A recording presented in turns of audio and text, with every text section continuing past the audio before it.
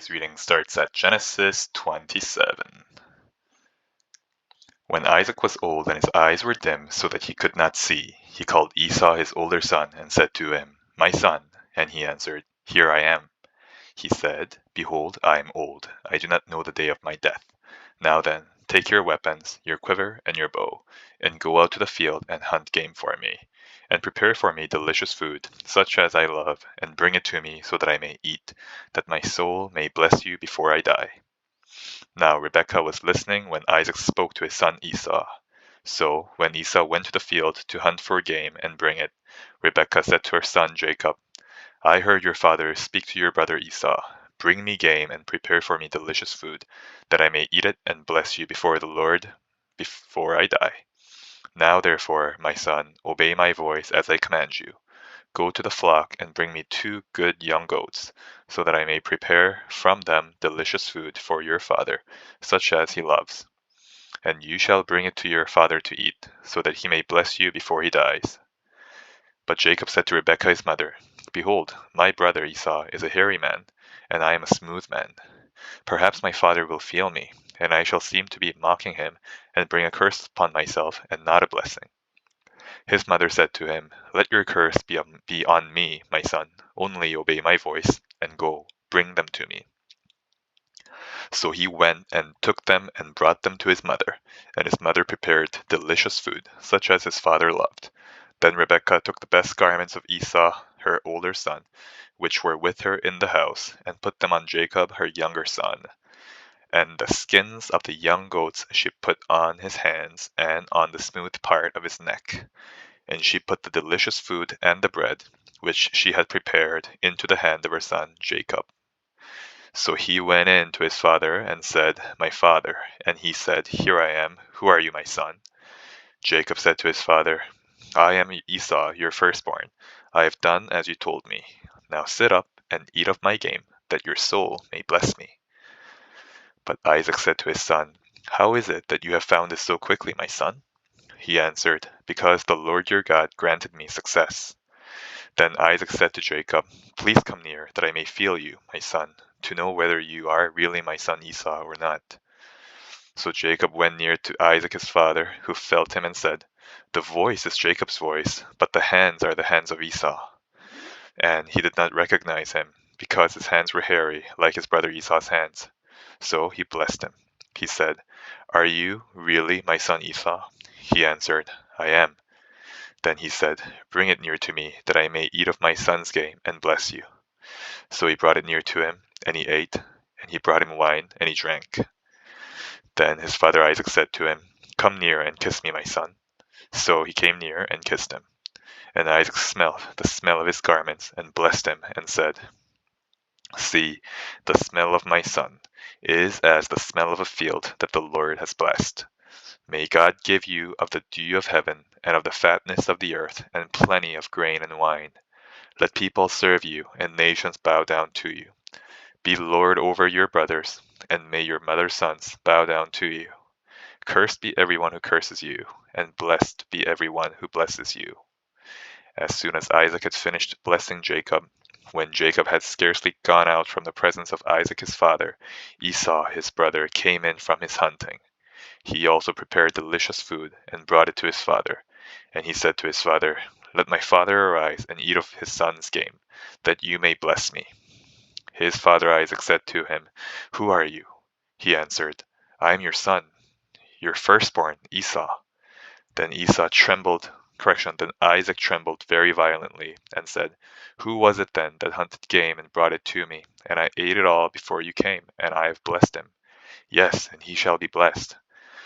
As soon as Esau heard the words of his father, he cried out with an exceedingly great and bitter cry, and said to his father, "Bless me, even me also, O my father." But he said, "Your brother came deceitfully, and he has taken away your blessing." Esau said, "Is he not rightly named Jacob? For he has cheated me these 2 times. He took away my birthright, and behold, now he has taken away my blessing." Then he said, "Have you not reserved a blessing for me?" Isaac answered and said to Esau, "Behold, I have made him lord over you, and all his brothers I have given to him for servants, and with grain and wine I have sustained them. What then can I do for you, my son?" Esau said to his father, "Have you but one blessing, my father? Bless me, even me also, O my father." And Esau lifted up his voice and wept. Then Isaac his father answered and said to him, "Behold, away from the fatness of the earth shall your offspring, shall your dwelling be, and away from the dew of heaven on high. By your sword you shall live, and you shall serve your brother. But when you grow restless, you shall break his yoke from your neck." Now Esau hated Jacob because of the blessing with which his father had blessed him. And Esau said to himself, "The days of mourning for my father are approaching. Then I will kill my brother Jacob." But the words of Esau, her older son, were told to Rebekah. So she sent and called Jacob her younger son, and said to him, "Behold, your brother Esau comforts himself about you by planning to kill you.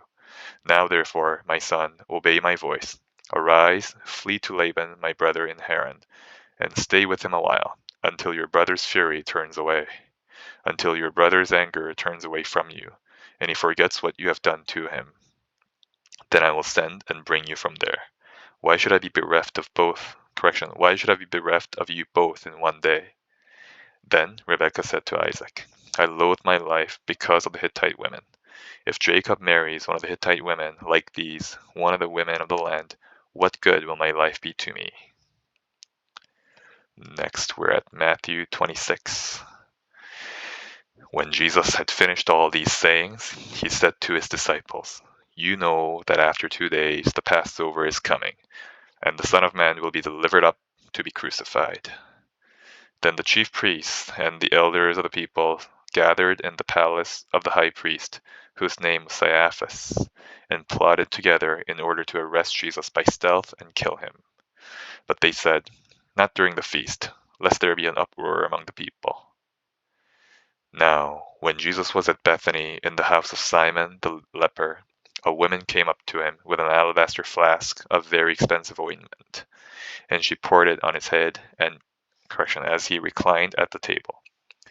And when the disciples saw it, they were indignant, saying, "Why this waste? For this could have been sold for a large sum and given to the poor." But Jesus, aware of this, said to them, "Why do you trouble the woman? For she has done a beautiful thing to me. For you always have the poor with you, but you will not always have me.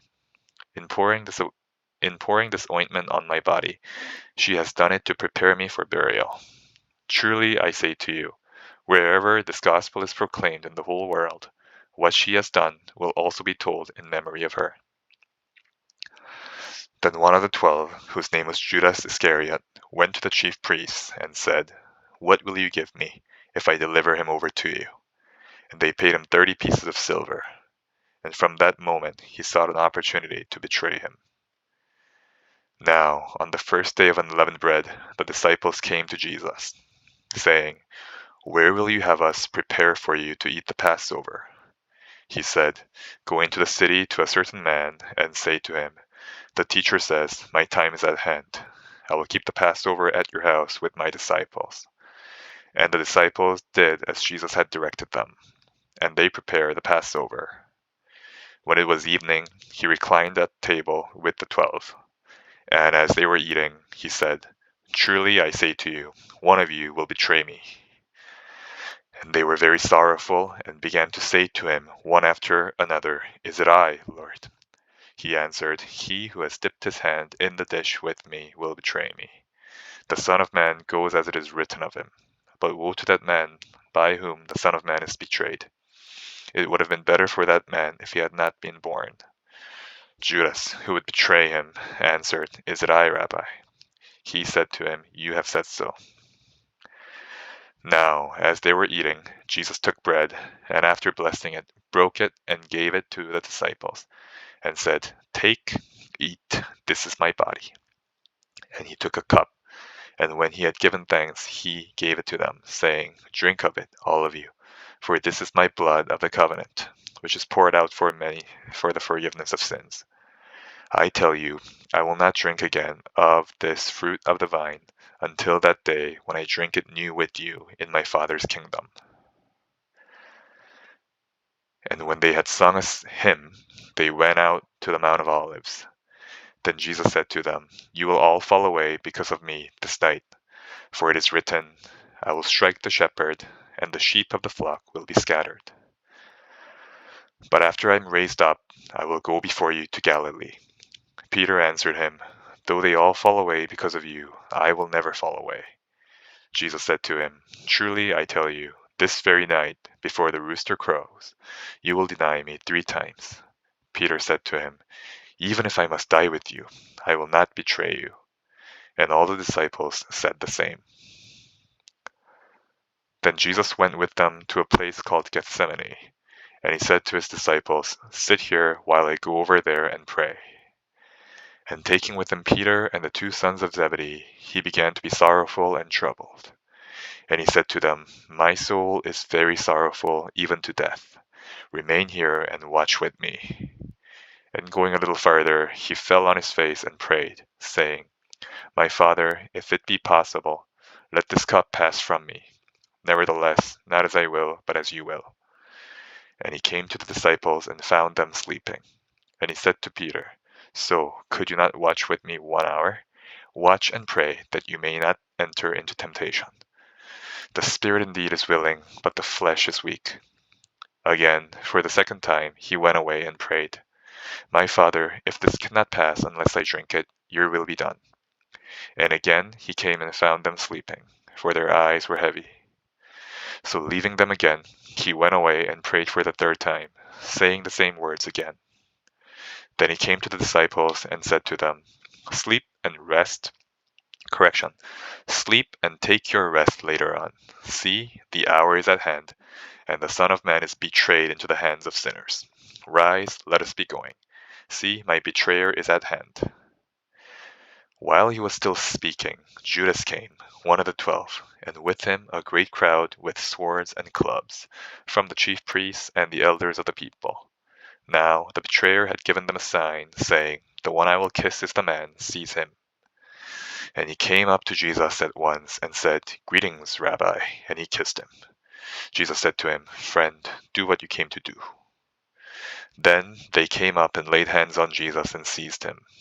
And behold, one of those who were with Jesus stretched out his hand and drew his sword, and struck the servant of the high priest and cut off his ear. Then Jesus said to him, "Put your sword back into its place, for all who take the sword will perish by the sword. Do you think that I cannot appeal to my Father, and he will at once send me more than 12 legions of angels? But how then should the scriptures be fulfilled, that it must be so?" At that hour, Jesus said to the crowds, "Have you come out as against a robber with swords and clubs to capture me? Day after day I sat in the temple teaching, and you did not seize me. But all this has taken place, that the scriptures of the prophets might be fulfilled." Then all the disciples left him and fled. Then those who had seized Jesus led him up to Caiaphas the high priest, where the scribes and the elders had gathered. And Peter was following him at a distance, as far as the courtyard of the high priest. And going inside, he sat with the guards to see the end. Now the chief priests and the whole council were seeking false testimony against Jesus, that they might put him to death. But they found none, though many false witnesses came forward. At last 2 came forward and said, "This man said, I am able to destroy the temple of God and to rebuild it in 3 days." And the high priest stood up and said, "Have you no answer to make? What is it that these men testify against you?" But Jesus remained silent. And the high priest said to him, "I adjure you, by the living God, tell us if you are the Christ, the Son of God." Jesus said to him, "You have said so. But I tell you, from now on you will see the Son of Man seated at the right hand of power and coming on the clouds of heaven." Then the high priest tore his robes and said, "He has uttered blasphemy. What further witnesses do we need? We have now heard his blasphemy. What is your judgment?" They answered, "He deserves death." Then they spit in his face and struck him. And some slapped him, saying, "Prophesy to us, you Christ. Who is it that struck you?" Now Peter was standing outside in the courtyard, and a servant girl came up to him and said, "You also were with Jesus the Galilean." But he denied it before them all, saying, I do not know what you mean. And when he went out to the entrance, another servant girl saw him, and she said to the bystanders, This man was with Jesus of Nazareth. And again he denied it with an oath, I do not know the man. After a little while, the bystanders came up and said to Peter, Certainly you too are one of them, for your accent betrays you. Then he began to invoke a curse on himself and to swear, I do not know the man. And immediately the rooster crowed. And Peter remembered the saying of Jesus, Before the rooster crows, you will deny me 3 times. And he went out and wept bitterly. Next we're at Esther 3. Esther 3. After these things, King Ahasuerus promoted Haman the Agagite, the son of Hammedatha, and advanced him and set his throne above all the officials who were with him. And all the king's servants who were at the king's gate bowed down and paid homage to Haman, for the king had so commanded concerning him. But Mordecai did not bow down or pay homage. Then the king's servants who were at the king's gate said to Mordecai, Why do you transgress the king's command? And when they spoke to him day after day, he would not listen to them. They told Haman, And when they spoke to him day after day, and he would not listen to them, they told Haman, in order to see whether Mordecai's words would stand, for he had told them that he was a Jew. And when Haman saw that Mordecai did not bow down or pay homage to him, Haman was filled with fury. But he disdained to lay hands on Mordecai alone.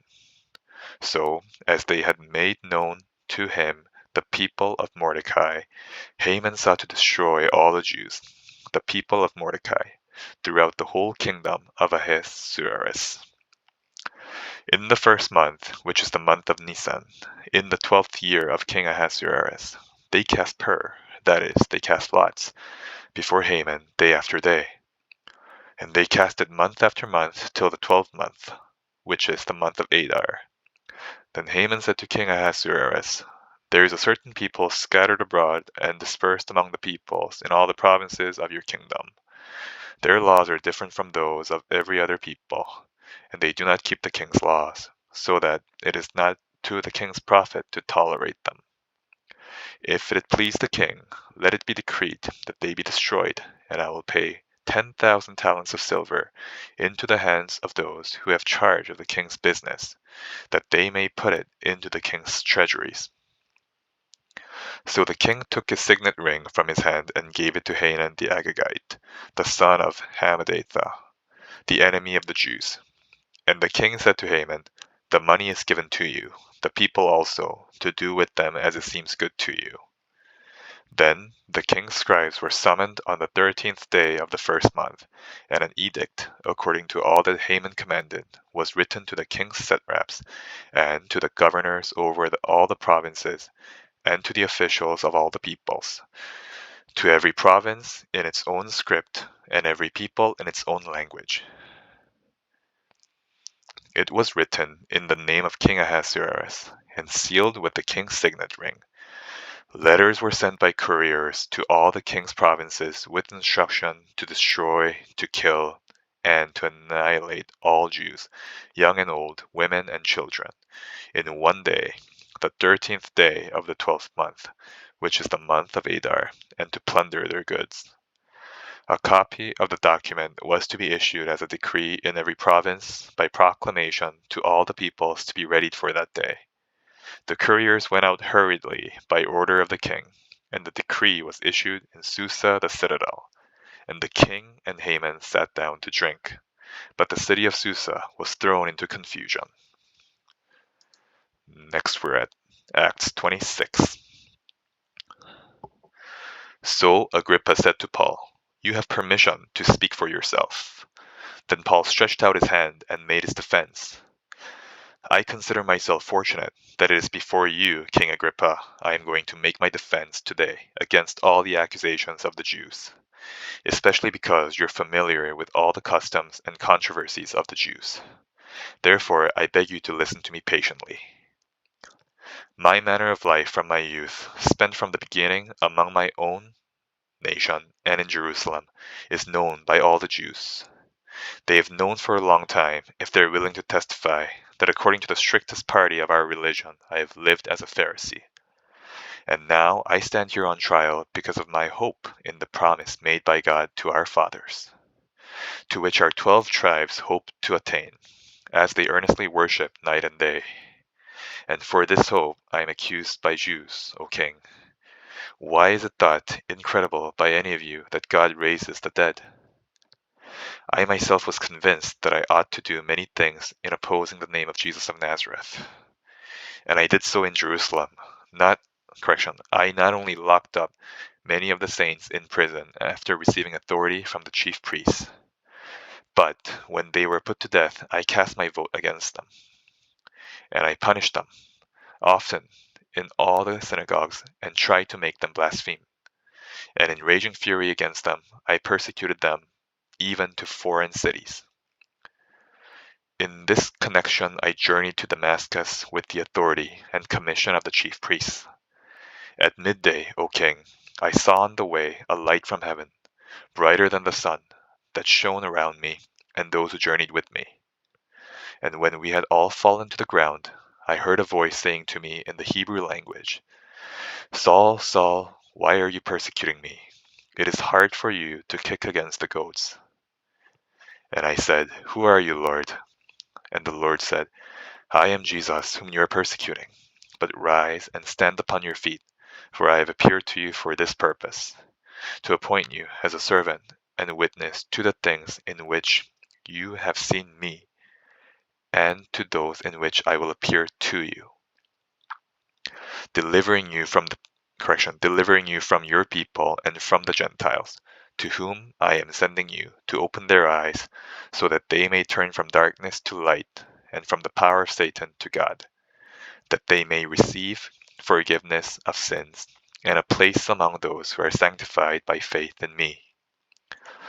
Therefore, O King Agrippa, I was not disobedient to the heavenly vision, but declared first to those in Damascus, then in Jerusalem, and throughout all the regions of Judea, and also to the Gentiles, that they should repent and turn to God, performing deeds in keeping with their repentance. For this reason, the Jews seized me in the temple and tried to kill me. To this day, I have had the help that comes from God, and so I stand here testifying both to small and great, saying nothing but what the prophets and Moses said would come to pass, that the Christ must suffer, and that, by being the first to rise from the dead, he would proclaim light both to our people and to the Gentiles. And as he was saying these things in his defense, Festus said with a loud voice, Paul, you are out of your mind. Your great learning is driving you out of your mind. But Paul said, I am not out of my mind, most excellent Festus, but I am speaking true and rational words. For the king knows about these things, and to him I speak boldly. For I am persuaded that none of these things has escaped his notice, for this has not been done in a corner. King Agrippa, do you believe the prophets? I know that you believe. And Agrippa said to Paul, In a short time would you persuade me to be a Christian?